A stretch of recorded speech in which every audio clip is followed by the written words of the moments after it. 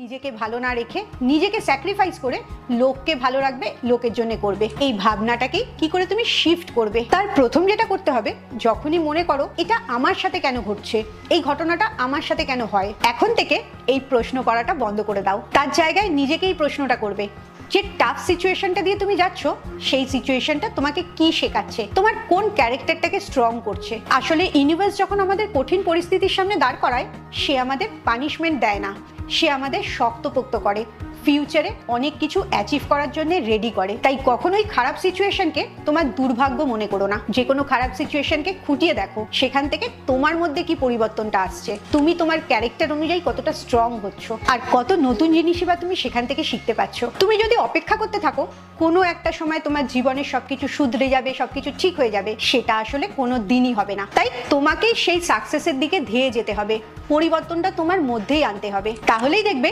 তুমি সমস্ত পরিস্থিতিকে খুব সুন্দর করে ম্যানেজ করতে পারছো।